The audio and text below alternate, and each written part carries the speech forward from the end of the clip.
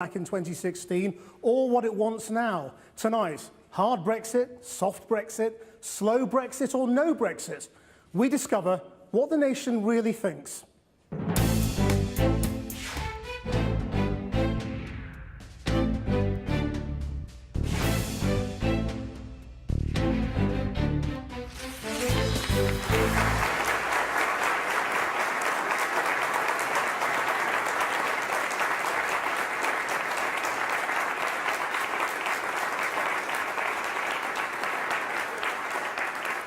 Good evening from Birmingham, a city where Leave won, but by the smallest of margins in the 2016 referendum. Now, Channel 4 has conducted the biggest and deepest independent survey on Brexit with the polling company Survation, asking over 20,000 people drawn from every constituency across the nations of the United Kingdom. In the next hour, we'll reveal what the UK thinks of Brexit and the likely outcome of a new referendum were it held today. We're joined by an audience from across the region, evenly split between Leavers and Remainers, and a few who don't know. I'll be speaking to key players, the Justice Secretary, David Gauke, who will be in Cabinet with Theresa May tomorrow, and Barry Gardiner, who, if Labour were in power, would be leading trade negotiations. Now, as individuals, they both voted to remain, but their parties, the only two who have any chance of negotiating Brexit, are both now committed to leaving the EU. Of course, new cross-party Brexit campaigns have sprung up since the referendum on either side, both furious with the government and Labour. Caroline Lucas supports a people's vote, a chance for the UK to think again. And Nigel Farage is back, out campaigning for Leave means leave. Now, what we want to find out tonight is, 2 years on, are people unchanged in their views or beginning to think afresh? Rick, have you changed your mind? I have, yes. The vote was tight, but it was a surprise to those of us who voted to remain the first time round. But the people want to leave, so I'm on board with that. Let's get behind it. Let's get the best deal we can. Shirley, how about you? I voted Leave originally. I still vote Leave. I've analysed all the different facets that have been going on. But is it clear to you? I don't think it's really going to be clear to anybody until a potential decision is made that we can actually work with. At the moment, I would still vote Leave again. Amanda, I mean, do you hear people saying they've changed their minds? Not very many. The odd person. I've met two that voted Leave that are now thinking again, but I just think this is a complete omni-shambles, if I'm honest. And so you're firmer than ever? Personally, in your own opinion? I voted Remain, but I've accepted the Leave decision. I think the referendum should never have happened in the first place. It was a vanity project. Do you think Britain's changed its mind? Any of you? Not sure. Well, we will find out. Now, on the night of June the 23rd, 2016, the first indicator that a political earthquake was about to hit Britain was the referendum result from Sunderland. Now, Sunderland voted Leave by 61% to 39% that night. So what does our survey suggest they feel now? It's shifted a lot by 10 points. Now it's 49% Remain and 51% Leave. So still a majority for Leave, but much, much tighter. Now only a couple of percent in it. Now we'll bring you results from other areas and reveal what the UK as a whole thinks later on in the programme. But Sir John Curtis, familiar face, is head of the UK Polling Council, and he's always on those election night programmes and the referendum night programmes. You were there when the Sunderland result came in and everybody went, oh my goodness. Yeah, what does that mean? It wasn't a surprise that Sunderland voted Leave. Everybody expected Sunderland to vote Leave, frankly, even if the country had voted narrowly to Remain. The surprise was the size of the margin. That margin suggested, if the rest of the country was going to follow Sunderland, that perhaps Leave had narrowly won it. Now, of course, what we now see here is a big swing back.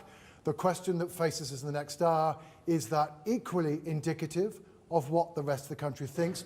Or perhaps has our survey revealed that this time at least, Sunderland has swung rather differently from the rest of the country? If you'd have seen that result back in 2016, what would you have said will happen? Back in 2016, if we'd seen 59-51 in Sunderland, we would have been thinking that probably Remain were home and dry.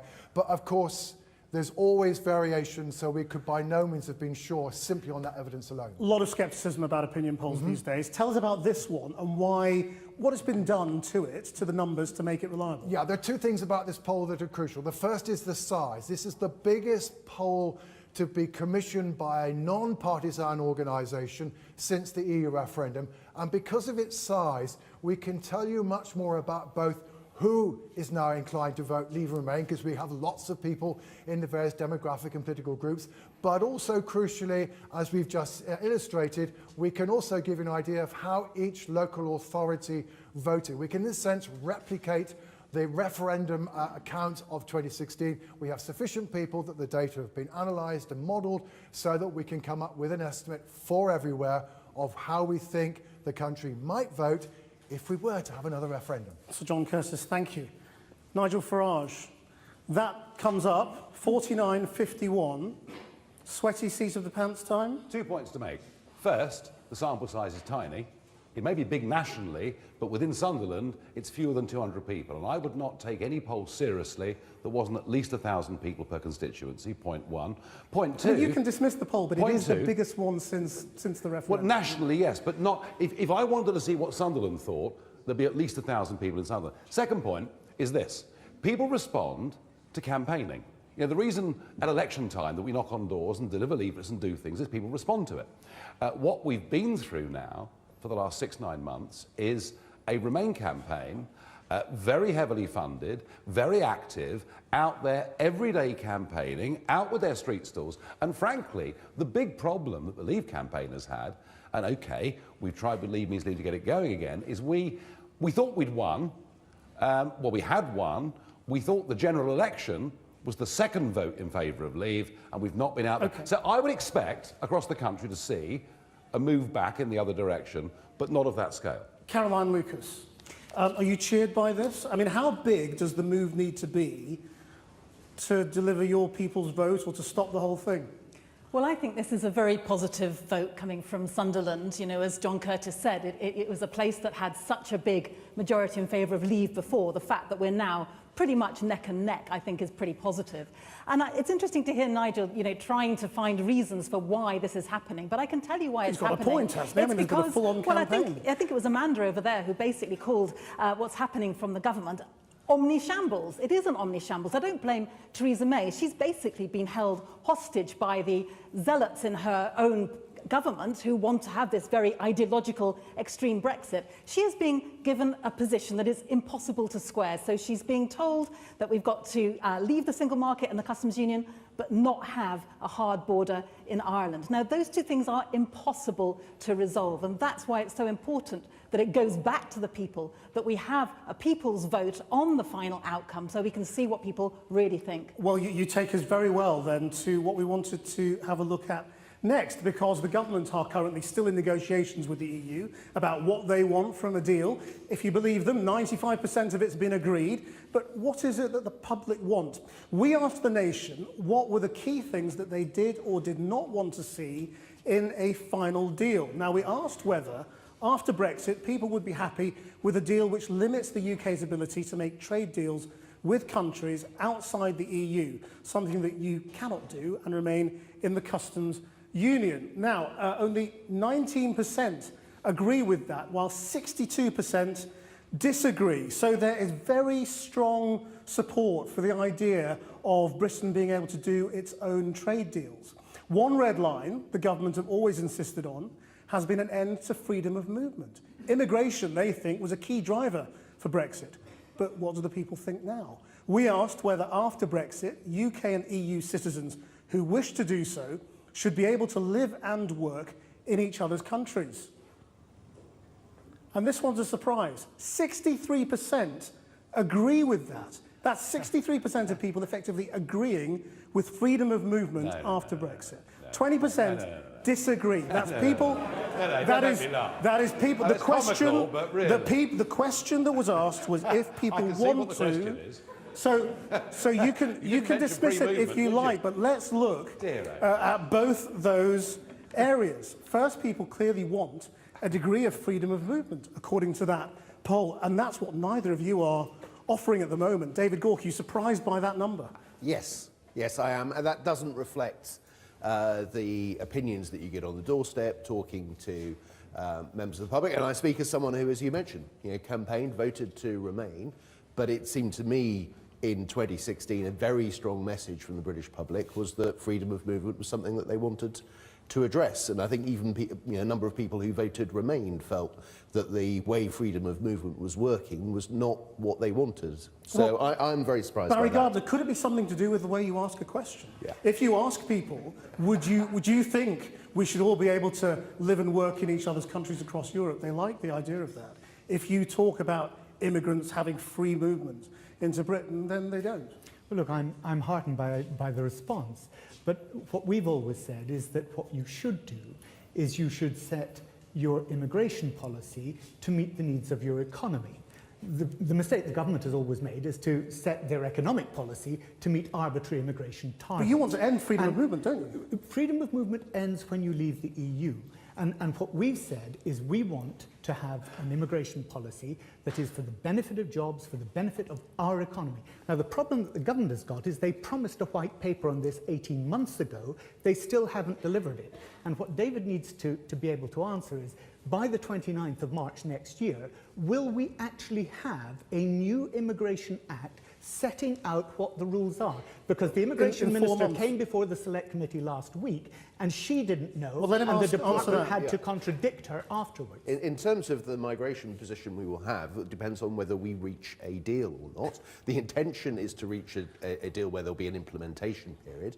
But yeah, we want to change our immigration system so that it is based not on which country you come from, but what you bring to the country. Doesn't sound like we've got a new system by March, though, does it? Well, the intention is to have a deal so that we will have an implementation period, and then at the end of that, at the end of the implementation period, we've got the David, time you'll to only put get in a place deal a new if you migration know what position. you want, and We at the don't- moment, well, the Cabinet doesn't know what it wants. Well, look, the politicians here all seem gobsmacked by the numbers on that wall, that so many people seem to agree with the idea of living and working in each other's countries across Europe. Pam Connolly, are you surprised by that? Not at all. From the reading that I've done recently, it comes as no surprise, because I think both Remainers and Leavers have a certain degree of sympathy and compassion and willingness for freedom of movement.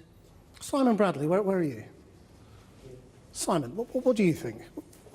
Well, we voted to leave the European Union, and that was one of the reasons why I voted to leave. So, freedom of movement? Yeah, and I think we should still leave, and that needs to be part of it. Stop the freedom of movement. Okay, thank you very much. Well, what about those trade figures? I mean, people clearly want to be able to set their own trade deals. Isn't that incompatible with staying in the customs union, David Gort, which is what your fallback is looking like? Well, no, it's not. And our objective, our intention is to be able to enter into trade deals, just as that question suggests. So we need to have the ability to do that. We also need to ensure that we don't put up trade barriers with the European Union, that we have frictionless trade, and that is something which is a key objective of our negotiations. But if we stay in the customs union, we are not free to do trade deals, are we? Well, no, our intention is not to stay in the customs union. Our intention is to leave the customs union. When? There's an issue, well, as soon as we are able to do so, we're having sorted out the Northern Ireland border. And that is our objective. And that's what's happening now with the negotiations, so we can deal with that issue and then go on and enter into trade agreements with other parts of the world. Barry Gardner, you're no better off here, are you? Well, look, what we've said is that we believe there should be a customs union, and actually we were saying that a long time ago, and the government's now trying to catch up with its customs arrangement. Extremely unattractive. No, that was the Turkish option. Read it properly. Customs union is extremely unattractive. What we've said is that we would want a new customs union. The problem for David and the Conservatives is that they've locked themselves into the existing customs union arrangements in the transition period at least, and then in perpetuity until they sort out the Northern Ireland question. What we said is we want a new customs union in which the UK would have a say in any new deals that were done. That would mean, just like they do in Mercosur and other customs unions around the world. So we would not be a rule taker, and that's the way that our proposal respects the referendum result, respects the fact that people have said they want to take back control, and that's the difference. And we say that that should be in perpetuity because it sorts out the just-in-time supply chain Let me bring all in of our jobs, and particularly the jobs in Sunderland that you mentioned, depend on. Let me bring because in in the Nina automotive industry, it's absolutely critical. Who has advised European governments on Brexit policy. Does this make sense? Will Europe go for this, where we have a customs deal with the European Union and we're allowed to do our own deals? As far as the EU's position is concerned, it's quite clear that does not fly. If the UK is in the customs union, or a customs union, it's simply semantics. The UK cannot have its own independent trade policy if it is in the EU's customs union. The problem, of course, is it's not clear how to solve the quandary that's been dogging everyone in these negotiations of the Irish border without either there being a border in the Irish Sea or the entire UK remaining in the customs union, at least for a short period of time. Well, the really interesting thing about this poll was how much support there was for Theresa May's position on this idea of checks on goods. Let's have a look at that graphic. All political parties in the public seem united in not wanting special checks on goods. If you ask them whether they want goods checks across the Irish Sea, there we are, 45% disagree. Why is the European Union, Nina Schick, still sticking to this?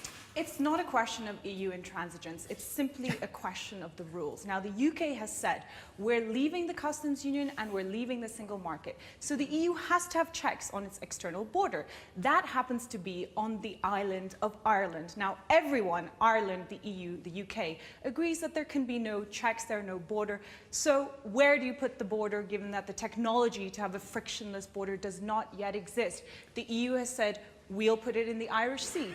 The British government says that is not permissible. Any British government cannot accept that. So therefore, the only conclusion that I see that's viable, and I think the EU's position is clear on this right now, is that the entire UK remains in the customs union, at least for a period until the technology is developed to square this circle. John, what can you tell us about the public's red lines? Well, I think what we've learned from this is that how you describe the red lines can make a very big difference to the answer you get. So on Ireland, we were talking about should there be checks. That doesn't sound very nice.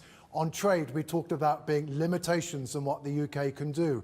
That doesn't sound very nice. On the other hand, when it came to freedom of movement, we said, well, look, should people be able to free to go and live in each other's countries? And people said, okay, that sounds fine. I think the crucial lesson, therefore, by a lot of these red lines is that particularly when the deal is done, assuming there is a deal, how it gets sold and how it gets described could well be crucial. And I think those on both sides of the fence will need to think hard about whether or not the red lines on which the UK government have insisted are necessarily ones on which the public insist, or whether they are ones where the public can be persuaded to accept them so long as they are presented in an attractive light. Right. How do we all think Theresa May has handled these negotiations?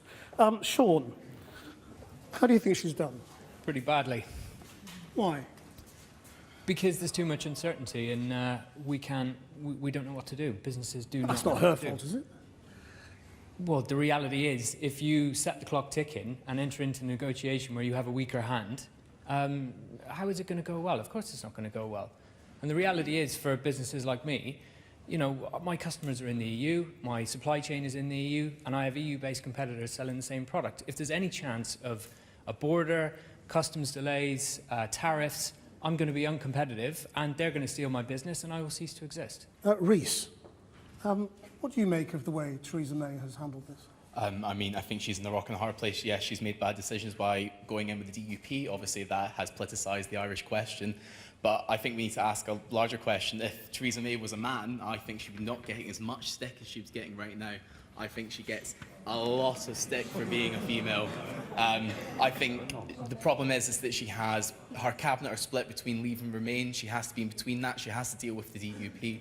She is probably, although I'm not a Conservative, she is trying her best, I would say, in most regards. Molly, you were saying rubbish. Well, Theresa May should be accorded the respect of being judged equally. Whether you're a man or a woman in that role, you have a duty to deliver the Leave vote. The red lines are very clear. It was, we want to be able to regulatorily diverge from the European Union. Chequers doesn't allow that. We want to have control of the immigration policy. Chequers does not appear to allow that. We will still have ECJ oversight. It's very disrespectful, and the euphemistic language in Chequers is very problematic because it creates distrust. It does what people have been mistrustful of all along. With Maastricht, with Lisbon, it was only the consequences of those things became clear 5 years, 10 years down the line. Okay, well, we did ask... We did ask what you make of other people who could negotiate this deal. So when it came to Jeremy Corbyn, only 24% thought he would do better than the Prime Minister, and 45% said he'd do worse. The darling of the hardline Tory Brexiteers, Boris Johnson, well, he does even worse. Look at that. 22% saying better, 46% worse. And, well, he's over there, Nigel Farage, the consistent voice of Brexit. Only 23% think Nigel would have done a better job, and 48% think it would do worse. Well, not much confidence in you, Nigel. Well, I tell you what, there'd be no confusion, because what we're getting here is a Remainers Brexit. Theresa May never believed in it. She's watered it down, delayed it. She's prepared to pay over vast sums of money. The Labour Party are no better. I mean, you know, Barry, you talked about Brexit meaning leaving the customs union, leaving the single market. Well, you've changed your tune on that. And I think the biggest problem we've got here is a lack of leadership. People are very confused out there in the country. If you ask in your questions... Well, but all these great leaders, everyone talks about Boris Johnson being a great leader. Well, nobody wants him. Well, I'm not sure anyone knows what to think right now. If you ask people, do you want to make your own laws? Do you want to control your own borders? Do you want to make your own trade deals? You get big majorities saying yes. So at its heart, the country still wants Brexit.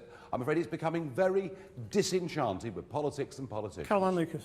I think what these votes show you is the fact that we are now discovering just how complex and costly Brexit is going to be in a way we didn't know 2 years ago.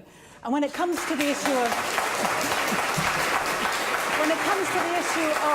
trade, there is no trade deal in the world that will replace what we already have with the EU. That's 44% of our trade is with the EU now, plus another 17% if you add in all of those countries, another 65 countries with whom the EU has trade deals. The idea that having new trade deals with Australia or India or Indonesia or the US could possibly substitute for that is completely wrong. We know that we would lose around 5% of our growth if we came out of the single market and replaced it with only 0.7% by those other trade deals. Our survey tells us something quite alarming about the state of British politics, in that people don't agree with Theresa May's deal, and they think all the options are awful as well. Well, I agree with you. There is something wrong with our politics, which is why we need to go back to the people so that they have a say. But in the meantime, I think we need to be listening to what that survey told us about things like freedom of movement as well. I think that the people now have seen through the kind of rhetoric from Nigel and others who told us that the problem to all of our, the problem behind all of our issues was to do with migration. We now know that public services are crumbling because of a lack of investment from successive governments, and you're not going to be stopped from getting into the NHS by a migrant. You're far more likely to find a migrant treating you in the NHS than you are to find in somebody. Well, in a moment, we'll find out how the nation would vote in an in-out referendum today. But first, we wanted to find out how people think Brexit will impact on their lives. Now, on the economy overall, only 35% of people think it will have a good impact. More, 49%, think the impact on the economy overall in Britain will be bad. But what about ourselves, our own households? When it comes to household finances, what do we think about that? Well, only 18% of people think Brexit will be good for their household finances, and 44% think it will be bad for them, with 38% saying it will make no difference. Let's see what some of our guests today here feel. Sharon, what do you think Brexit's going to mean for your household? well, it isn't just my household, it's the city as a whole. I come from Stoke-on-Trent, and the majority were to leave. But they voted to leave because they were railroaded into the wrong, the wrong decision. They were misled, and the people of Stoke-on-Trent obviously didn't realise that voting to leave could have a big impact on their industry. Did you think that? Yeah, because the industry, it'll take a big hit because most of the production of the pottery is export, a large percentage. So when the Brexit does go through, we need free trade, because what will happen is, if we don't, it can kill a city. What do you think Brexit's going to do? If I'm going to be truly honest, I kind of don't believe it will make a difference, if I'm going to be honest. I compare it to, like, the recession. And when everyone was saying the country's in a recession, when we come out of a recession, things are going to get better. We're supposed to be out of recession, and for me, I haven't really seen the difference. Well, you're saying that because you feel you've got nothing to lose? Nah, I've definitely got a lot to lose, if I'm going to be honest, but I'm saying the difference between the recession, for me, then personally, the difference between when there was a recession and when we suddenly came out of the recession, I didn't see it. So I kind of look at this as being the same thing. I think it's going to make more of an impact on politicians, bankers, and big businesses than the little people in the communities. How about you? I mean, there is not a lot of confidence that Brexit is going to be good for the economy. I can't see how it will be. Well, I work for an organisation called Beat Freaks, which provides platforms for young people in the city.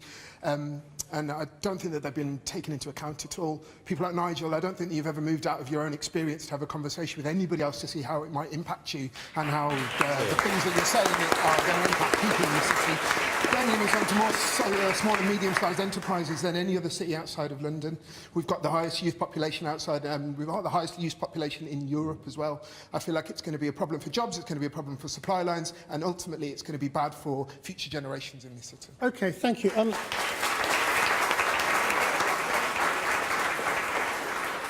John Curtis, do these views on the economy matter? Do they change people's views? These views undoubtedly matter. There's nothing more clearly a subject on which Remain and Leave voters disagree than on the economic consequences of Brexit. Around 4 in 5 Remain voters think it's going to be bad for the economy, but around 2/3 of Leave voters think it's going to be good, and many of the remainders simply say it won't make much difference.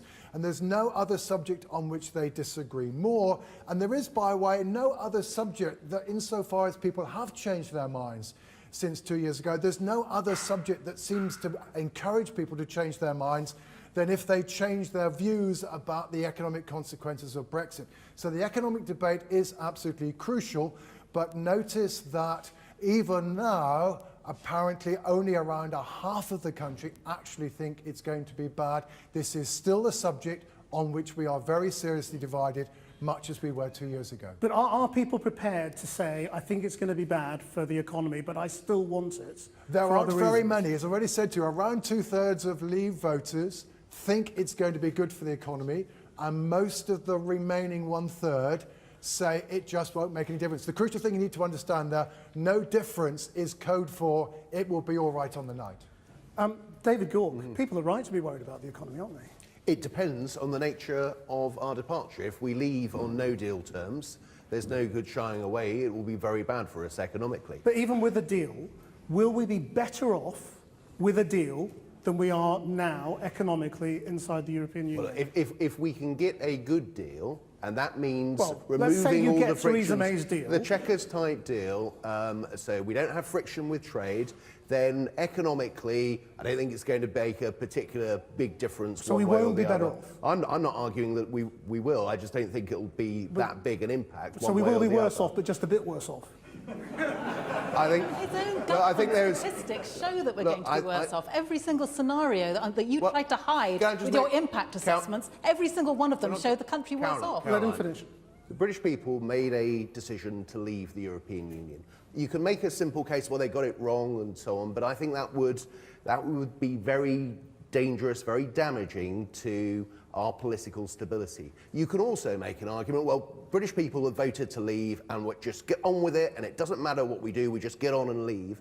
And Nigel can make that case and there's a lot of clarity.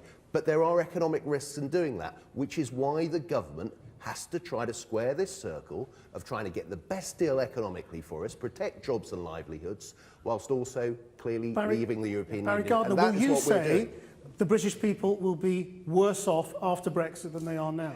Let me be clear. Both David and I said before the referendum that we would be worse off. So there's no point in pulling out of that. So you still think that? We said that. I still believe that economically we are likely to be worse off. That is, but of course economics is not the only thing that matters. People were also voting in the referendum about whether they wanted ever closer union in the EU and other political matters.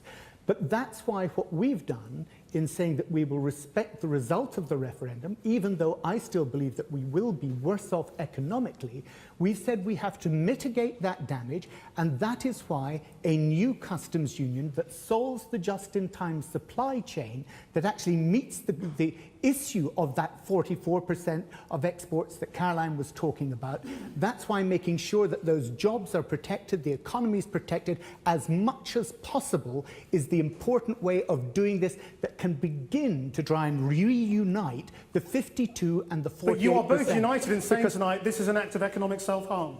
I've said that for a long time. I said it before, I say it since. But I do say that the British people gave us a mandate to do otherwise, and that's why we respect it. But Barry, the biggest single economic risk is if we don't get a deal. Now, if the Prime Minister comes back with a deal, and we haven't got a deal yet, but if she comes back with a deal that is actually on the table, not a fantasy deal, a deal that is on the table, will the Labour Party vote it down and risk a no deal? Because that would be an act of economic self-harm. David, the idea that after the incompetence that your government has shown over the past 2 years in these negotiations, that you come back and say, well, I know we've messed it up. I know we've messed it up, but this is all we could do and get it through the cabinet. Therefore, you've got to vote for that or no deal. I want to get to some more results. That is a ludicrous suggestion. Because we also asked if people thought Brexit would be good for levels of immigration.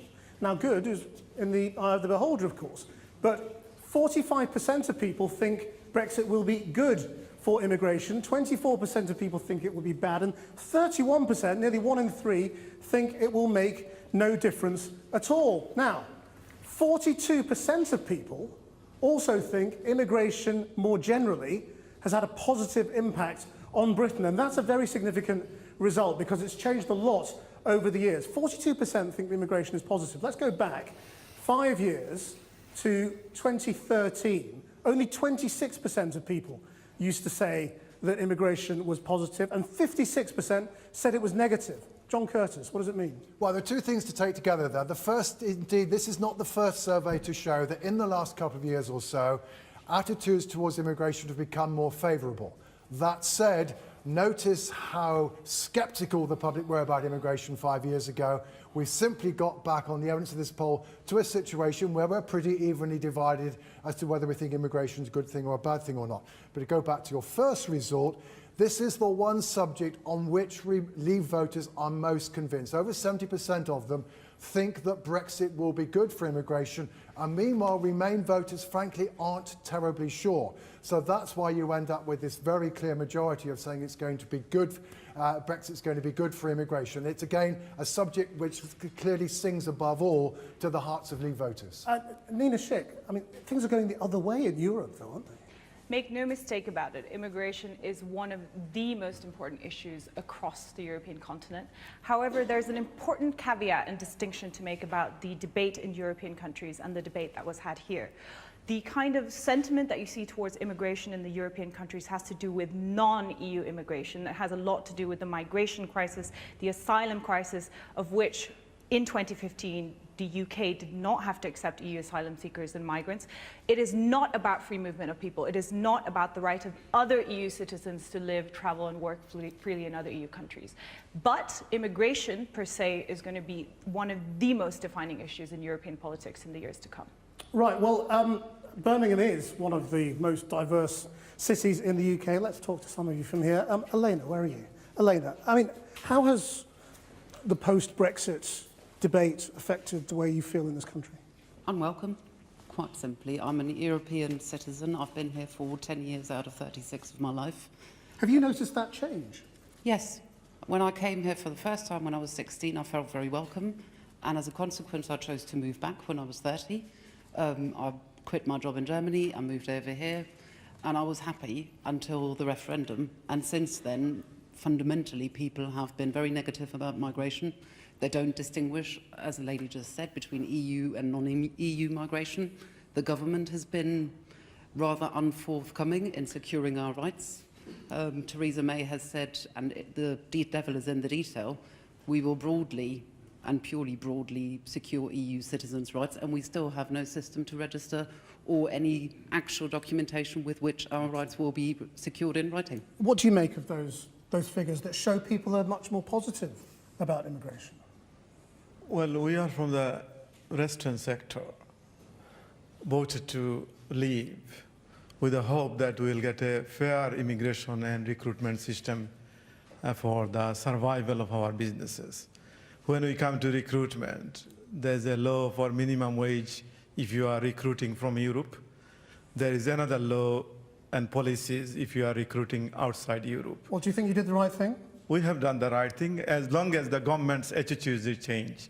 It is it belongs up to the government to make sure that we have the right Brexit policies and we have a fair Brexit policies that will help our restaurant industries. Stuart, you're a farmer, aren't you? I am indeed, yeah. So, I mean, what do you make of how Britain feels about immigration and immigrants? Well, I think one of the things that some of the language that's been used historically has been very hostile. And I think one of the things we see in our sector is actually migrant labour, whether that be seasonal or permanent labour, is absolutely critical to our sector.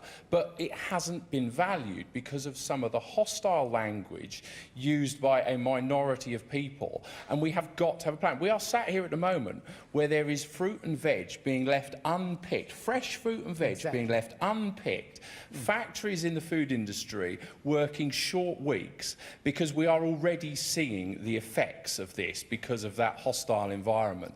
And we have got to get to a point where we value the migrant labour and we value everyone in society. Yeah.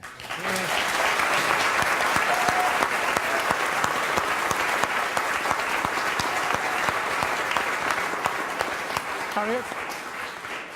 I think that the EU promotes freedom of movement of white Westerners, and I think when we leave the EU, we can open up our borders to people from all over the world. You know, there's places where there's surplus of nurses. We need more nurses. Why are we prioritising people from Europe?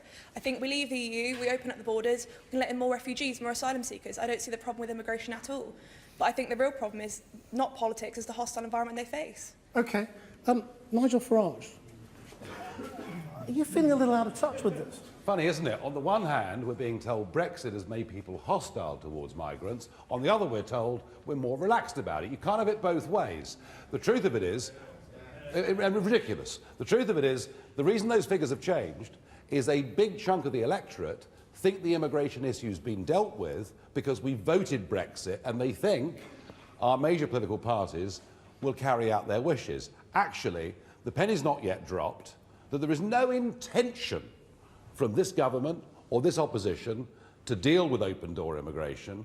So we at the moment are in a holding zone. If you look across the rest of Europe, it is the issue that is completely redefining European politics. Or maybe when you said it was breaking point with those posters, it wasn't. Well, it's broken virtually everything, hasn't it? Look at Italy. It's broken Italian politics so completely you can't believe it. It's led to Viktor Orban now having 2/3 of seats in the Hungarian parliament. And right across Europe, there is a radical change that is taking place.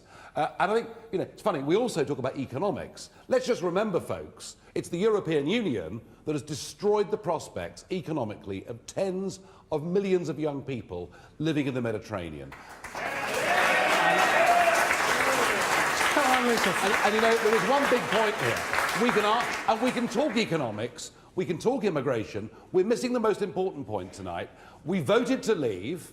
We were asked in a general election to back two parties who said they'd honour it. We voted for it again, and now they're betraying all of us. That's the real point about this debate tonight. Let's see what people think. Caroline Lucas.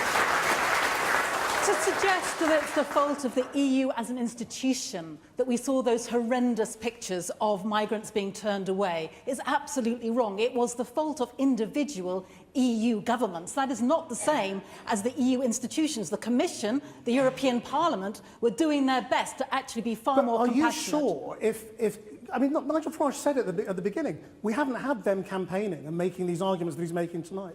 If we have all of this again, if we unleash this again, are you sure this is still where public opinion is going to be?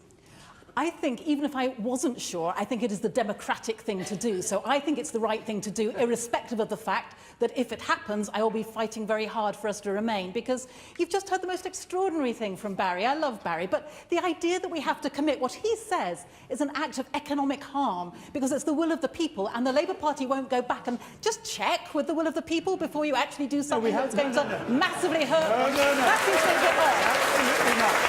Right.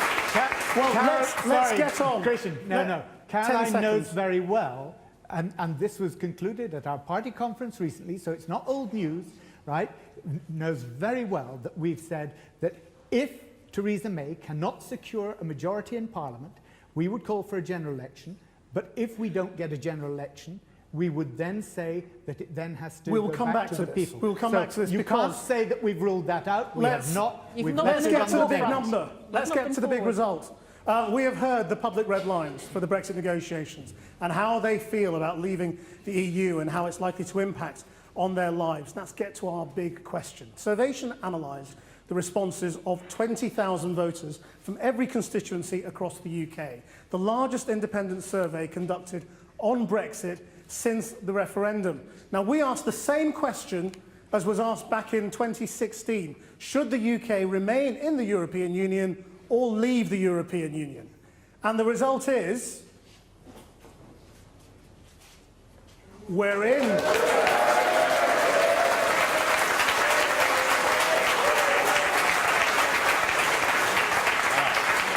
Well, there you are. 54% would vote to remain today. 46% would vote to leave. It would appear a clear majority now in favour of staying in the EU. And let's have a look at how the country has changed geographically. Now, that's how things looked back in 2016. You'll see the blue areas are leave, the yellow are remain. You see Scotland, Northern Ireland, some of the metropolitan cities are remain. The rest is blue. Let's have a look at it today. It is transformed. Look at that. Wales has gone remain. The southwest has gone remain. Whole swathes of the northeast. Let's just go back. Let's have a look at that change again. That's what it was in 2016. And today, that is quite a dramatic change. Barry Gardiner, are you on the right side? Yes, because I think what you've shown is our nation continues to be incredibly divided. You've now said 56, 40, 44. We remain an incredibly divided nation. And actually, going back and doing another referendum, you may get that result. What you would have is you would have increased those divides enormously. And that's what I find deeply troubling about this. David Gork, a quick reaction to this. But that's why there is a way of respecting the referendum, and that is what we put forward in terms of a new customs union. That's what we put forward. Jeremy actually made the offer to Theresa May. Let's just get a reaction to these numbers. David Gork. Look, I have to say, until we got to the last bit, I agree with Barry on this, I'm afraid, that a decision was made. We are, of course, at the sort of end of a negotiation, at a period where we all have to accept a lot of uncertainty. And at this point, I have to say, not at all surprised that there's been a swing back to remain. I think if we get a deal, then there could well be a swing back to leave. If we don't get a deal, then I suspect there'll be a further swing to remain. But just at this point, public opinion will move around, but we had a referendum. Well, it's gone the other way. We all John said Curtis, we'd respect that result. John Curtis, unpick this for us. Well, I think it's important to understand what lies underlying this movement. What does not underlie this movement is many voters changing their minds. Of the 6% swing or so that we see to Remain as compared with 2016, only about 1% is the result of the fact that Leave voters are slightly more likely to say they'd vote Remain than Remain voters are likely to vote to Leave. What lies behind this actually is an awful lot to do with turnout. The biggest element are those people who did not vote in 2016, who in this survey, like many other surveys, are around 2 to 1 in favour of Remain. Now, of course, many of these people are young people. Around 57% of the people who did not vote in 2016 are under 35. So therefore, it won't also surprise you to hear that one of the other things this poll shows underneath the innards of this is that the swing towards Remain has been strongest amongst younger voters. It's virtually absent amongst older voters. So to that extent, at least, that age divide does indeed now look to be wider. But there's one other thing, however, to understand, which is also which is interesting, which is that the swing towards Leave, away from Leave, seems to have been greatest in those places that were most heavily in favour of Leave in 2016. So there is some constituencies. So there is. It's the local authority areas that, like Sunderland that we saw earlier, that were most pro-Leave, that seem to have swung back most. Caroline Lucas. This isn't big enough for you, is it? It's just not decisive enough. It's not the end of the story, but what I want to say is that what we need to be doing is recognising as well that many of the people who voted Leave had legitimate grievances, very legitimate grievances that need to be tackled. So the People's Vote campaign isn't just saying, let's just swap and see if we can get, a vote like this and just change the balance. What we're saying is we need to look at those underlying reasons that drove people to feel so fed up and so angry with the establishment. The fact that they haven't been able to get their kids into local schools. The fact that the NHS has been crumbling because successive governments have failed to invest in it. So I simply want to say that I think it's massively important that the People's Vote campaign and all of us who want to see the opportunity for the people to have a say recognise that it's not about turning the clock back for 2 years. Just one point, but it's not about turning the clock back 2 years. It's about saying, let us make sure that we address those underlying reasons that drove so many people to feel that the only solution was to leave the EU, when in fact leaving the EU will make things worse. When we looked at voter turnout, only 48% of 18 to 24-year-olds say they will definitely vote in another referendum. That is the same percentage who voted in 2016. There isn't a great activation of young people who want to overturn Brexit. I do find that figure really surprising, because we've seen the wonderful campaigns by Our Future, Our Choice. We've seen the fact that the 700,000 people marching through London a couple of weeks ago were led by young people. But Brexit is the biggest act of intergenerational betrayal that you could come across. And young people are rightly hugely angry that their futures are the ones that are being put at stake on this.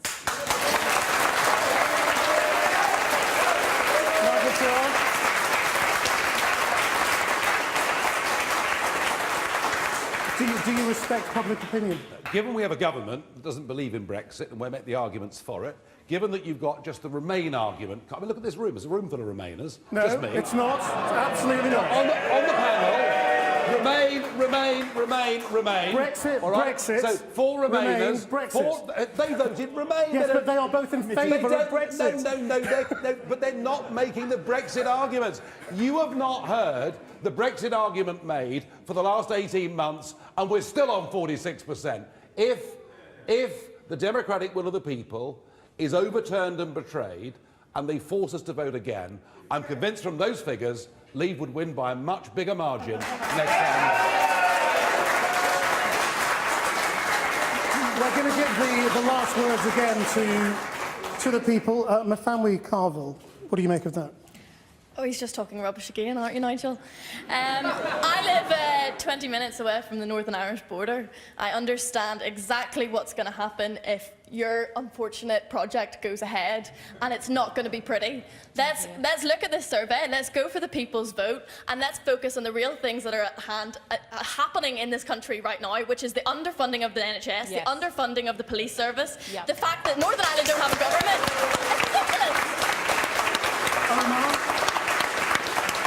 It's ridiculous. I think these results are really a barometer of the difficulty surrounding the negotiations at the moment. I think people feel a bit of a lack of confidence, a bit of confusion about where we are, and I think that these statistics represent that. But I think that, look, the public made their call on this some time ago, and they did so for some really valid reasons, and I think those reasons remain.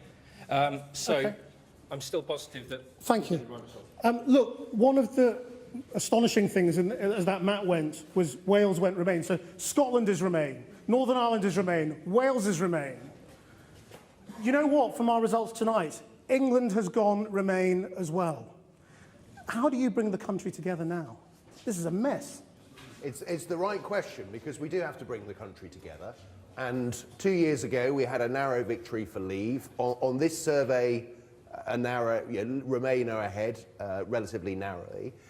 We have got to find a way of coming together as a country, which means rejecting the sort of simple answers, that there's an easy way that you can just do this, that you can just walk through it and it'll all be fine, because that isn't the real world. It is a complicated negotiation.